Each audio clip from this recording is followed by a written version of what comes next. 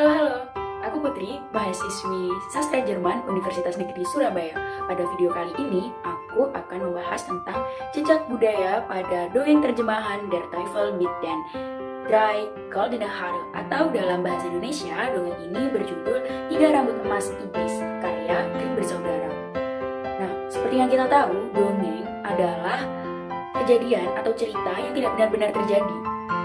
Jadi, dongeng ini bersifat imajinatif. Meskipun demikian, dongeng bertujuan untuk menyampaikan pesan moral di dalam ceritanya. Dongeng merupakan salah satu karya sastra tertua di dunia. Karena dulunya dongeng tidak tersaji dalam bentuk tulisan seperti saat ini. Dongeng hanya disampaikan secara lisan dan diceritakan secara turun-temurun melalui misalnya kakek ke cucunya, ayah ke anaknya. Oleh karenanya, pencipta dari sebuah dongeng tidak dapat dan sulit untuk dikenali. Agar dongeng-dongeng tersebut selalu terekam dan tidak hilang oleh masa, maka Grimm bersaudara mengumpulkan dongeng-dongeng tersebut dalam volume pertamanya, yakni Tales of the Children and the Home pada tahun 1812. Dongeng-dongeng ini dikumpulkan oleh Grimm bersaudara. Nah, khususnya ini adalah dongeng-dongeng yang berasal dari Eropa. Cerita-cerita atau dongeng itu sangat familiar dan sudah sering kita dengar, teman-teman. Contohnya seperti Cinderella, Rapunzel, Putri Salju, Hansel und Gretel, dan juga banyak yang lainnya.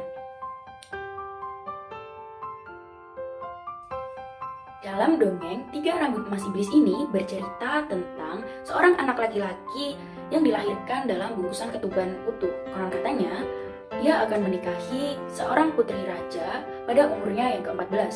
Raja yang mendengar berita tersebut sangat marah dan tidak rela jika putrinya akan menikah dengan seorang pemuda miskin. Maka, raja melakukan 1001 cara untuk melawan garis takdir tersebut. Namun, setelah melakukan berbagai rencananya, ternyata pemuda ini selalu menemui nasib beruntungnya, sehingga mengantarkannya pada garis takdir dia menikah dengan putri raja.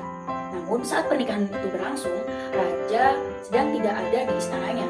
Raja sedang melakukan sebuah perjalanan dengan prajuritnya. Setelah beberapa waktu, raja kembali dari perjalanannya.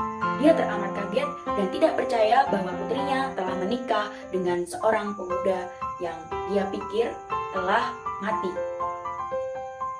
Kemudian, raja dengan bersemangat dan merencanakan suatu hal, yaitu memberikan syarat kepada pemuda beruntung tersebut untuk membawakannya 3 rambut emas iblis. Jika dia tidak bisa memenuhi syarat tersebut, maka sang pemuda itu harus rela berpisah dengan istrinya. Nah, secara garis besar, itu dia teman-teman ceritanya. Nah, dongeng ini merupakan dongeng asli dari Jerman dan cukup terkenal. Sudah pasti karya ini akan diterjemahkan ke berbagai bahasa. Salah satunya adalah bahasa Indonesia. Aspek bahasa selalu berhubungan dengan budaya. Nah, di sini kita akan mengulik tentang jejak budaya yang ada pada terjemahan dongeng Tiga Rambut Emas Iblis. Nah, teks aslinya aku dapatkan dari grimmstories.com dan terjemahannya bersumber dari dongengceritarakyat.com. Nanti linknya akan aku taruh di deskripsi ya. Nah, mari kita ulik satu persatu. Yang pertama ada Glückshauch. Jika diterjemahkan secara general, ini akan berarti kulit keberuntungan. Namun oleh penerjemah, diterjemahkan menjadi ketuban. Ini sudah pas karena ini akan membantu daya imajinasi anak untuk membayangkan keadaan yang terjadi. Dalam kebudayaan bahasa sumber, bayi bungkus atau bayi yang dilahirkan dengan ketuban utuh, dia akan selalu memiliki keberuntungan dan akan menikah dengan putri raja pada umurnya yang ke-14 tahun. Kemudian, dalam kebudayaan bahasa sasaran, bayi bungkus akan memiliki tubuh yang kebal akan senjata apapun. Nah, di sini, dalam konteks ini, di dalam dongeng ini, menganut pada kebudayaan bahasa sumber.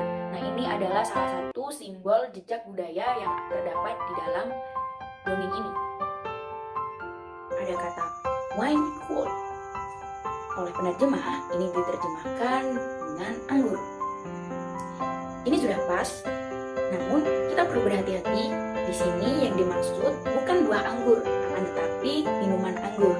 Kemudian, jika ditinjau dari aspek budaya, dalam konteks ini, kita dapat menyimpulkan bahwa ini merupakan jejak budaya dari bahasa sumber. Karena apa? Karena wine atau minuman anggur adalah minuman yang lazim diminum oleh masyarakat. Ada kata rokvaten. Rokvaten oleh penerjemah diterjemahkan menjadi lipatan gaun. Ini kurang pas dan tidak familiar dalam kebudayaan bahasa sasaran karena gaun tidak mencerminkan kebudayaan dalam bahasa sasaran. Karena dalam bahasa sasaran banyak daerah-daerah yang memiliki pakaian khasnya tersendiri dan itu tidak berbentuk gaun. Itu berbentuk baju-baju khas yang mencerminkan kondisi pada suatu daerah masing-masing. Jadi, gaun merupakan jejak simbol budaya yang masih melekat pada bahasa sumber. Ya, itu tadi teman-teman ulasan tentang jejak budaya yang terdapat pada dongeng terjemahan Der Teufel mit den drei goldenen Haare atau 3 rambut emas iblis. Sampai jumpa pada video aku selanjutnya. Bye-bye. Tschüss.